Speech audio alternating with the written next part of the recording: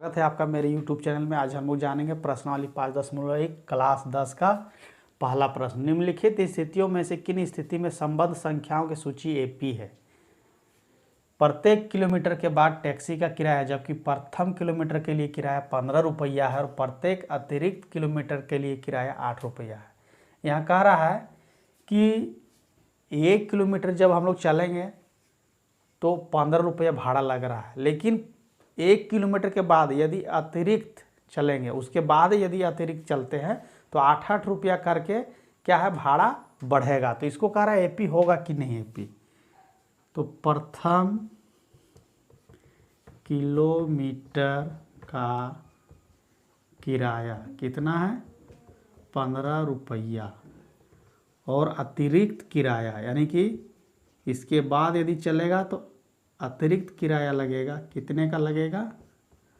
8 रुपया। तो पहले है 15 रुपया 1 किलोमीटर का, फिर उसमें 8 रुपया अब जुड़ते जाएगा। 15 के बाद 8 जोड़ेंगे कितना होगा? 23। 23 में 8 जोड़ेंगे तो 31, फिर 8 जोड़ेंगे तो 39, फिर 8 जोड़ेंगे तो 47। इस तरह करके क्या है बढ़ते जाएगा। तो अब कह रहा है एपी होगा या नहीं, यानी समांतर श्रेणी यानी एपी है या नहीं है। तो क्या है, हम लोगों ने पढ़ा है कि यह एक निश्चित नियम के तहत बढ़ता है और इसमें एक फार्मूला फॉलो होता है, यानी कि प्रत्येक के बीच का जो अंतर है वह समान होगा। अब क्या करेंगे कि डी ज्ञात करेंगे। डी मतलब क्या? समान, इसका सार्व अंतर। तो 47 माइनस 39 कितना? 8।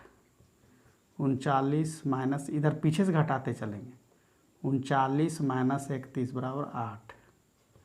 31 माइनस 23 बराबर 8। 23 माइनस 15 बराबर 8। देख रहे हैं कि सभी में डी क्या है? बराबर है।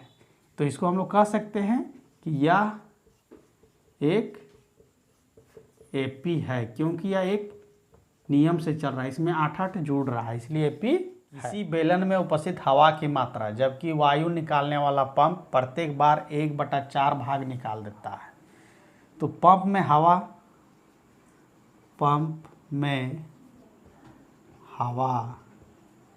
की मात्रा बराबर 1 माना।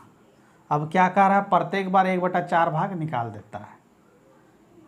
निकलने वाली हवा कितना है? 1/4 भाग। अब क्या है कि अब इसमें एपी बनाना है। एपी मतलब कि ये प्रथम पद हो गया, यानी 1 मिल गया। अब A2 निकालेंगे हम लोग। तो A2 निकालेंगे क्या करेंगे? 1 माइनस 1/4। तो क्या हो जाएगा? 4 एकम 4 माइनस 1/4 यानी 3/4। अब इसमें से 1/4 भाग हवा निकल जाएगा। हवा निकला, कितना निकलेगा? 3/4 का 1/4 यानी इतना से गुना करेंगे, यानी 3/16 निकलेगा। अब इतना में से घटाएंगे, यानी कि A3 बराबर 3/4 माइनस 3/16। ये क्या हो जाएगा? 16, 4 तिया 12 और यहाँ हो जाएगा 3, यानी 9/16। फिर हवा निकलेगा। हवा निकला, कितना निकलेगा? जितना आया उसका 1/4, यानी इसका 9/16 का 1/4, तो कितना हो जाएगा? 9/64। तो फिर A4 आएगा क्या?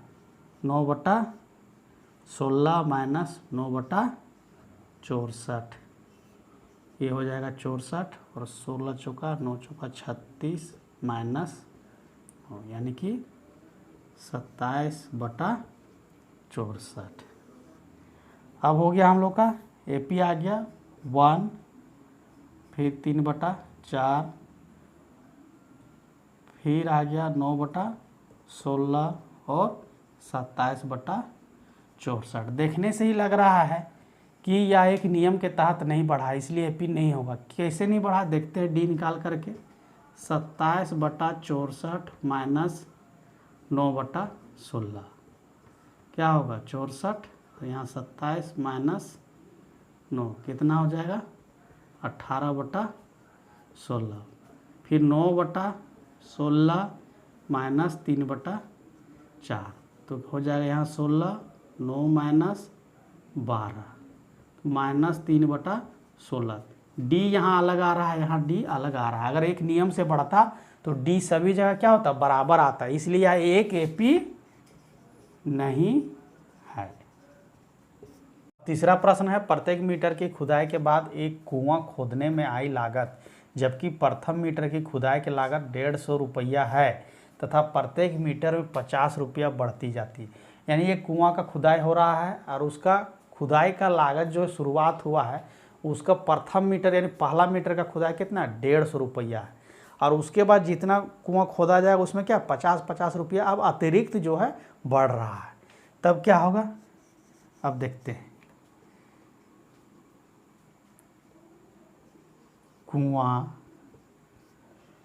का 1 मीटर खुदाई की लागत कितना है 150 रुपया, ये फिक्स है।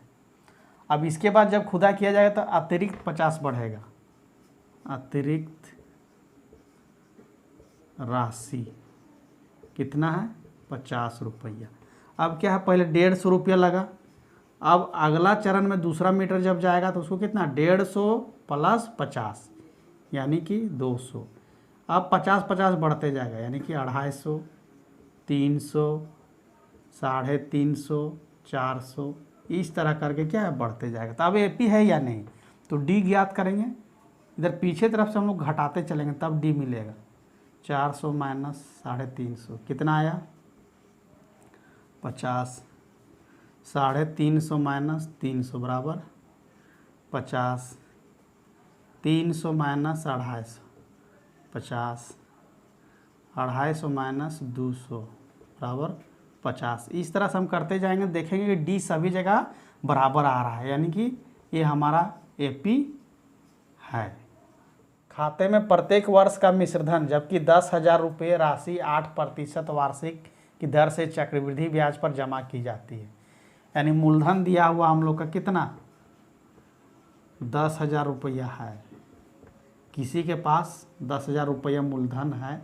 अब एक वर्ष का ब्याज लग रहा है, उसको चक्रवृद्धि ब्याज लग रहा है, तो ब्याज निकालेंगे हर वर्ष का साधारण ब्याज, तो ऑटोमेटिकली हम लोग को प्राप्त हो जाएगा। दर कितना 8%, तो 0 यानी कि 800 रुपया पहला बार मिला उसको एक वर्ष में, यानी कि मिश्रधन कितना हो गया 10,800 हो जाएगा। अब यही मिश्रधन क्या बन गया, उसका मूलधन बन गया दूसरे वर्ष के लिए। दूसरे वर्ष का ब्याज यहाँ हो जाएगा 10,800 × 1 × 8 बट्टा में 100, फिर 0 कट जाएगा, तो यहाँ हो गया 8 × 8 = 64, 8 × 8। अब ज़्यादा बनाने का ज़रूरत नहीं है, क्यों नहीं है बताते हैं। 10,800 में 864 जोड़ेंगे तो हो जाएगा आपका 64 का 64, 8 8 16 का 6 और यहाँ 11। देखने ही से लग रहा है कि एपी नहीं होगा। कैसे नहीं होगा, अब यहीं पर अंदाज़ा कर लेना है कि 800 यहाँ पर आया, इसको इसमें जोड़ें, अब दूसरा में 864 आ गया, तो यही तो डिफरेंस हो गया। अगर देखा जाए तो यहीं पर आपको पकड़ लेना है कि यहाँ तो डिफरेंस हो गया। डी जब बढ़ेगा यानी एक नियम से बढ़ता है एपी, और उस नियम से जब बढ़ेगा तो बराबर आते जाएगा, चाहे ब्याज हो या धन हो या कोई भी राशि हो, एक नियम के तहत बराबर बराबर आते जाएगा। लेकिन यही डिफरेंस पकड़ा गया, इसलिए उतना आगे जाने का ज़रूरत नहीं है। यहीं पर लिख देंगे कि एपी नहीं है। अगर इसको इस तरह नहीं लिखेंगे तो लिख सकते हैं कि A1 पहले आ गया मेरा 10,000, A2 आ गया 10,800, A3 आ गया 11,664। अब इसमें डिफरेंस देखेंगे तो यहाँ 800 का है और यहाँ डिफरेंस देखेंगे तो 864 का है, इसलिए एपी नहीं हो।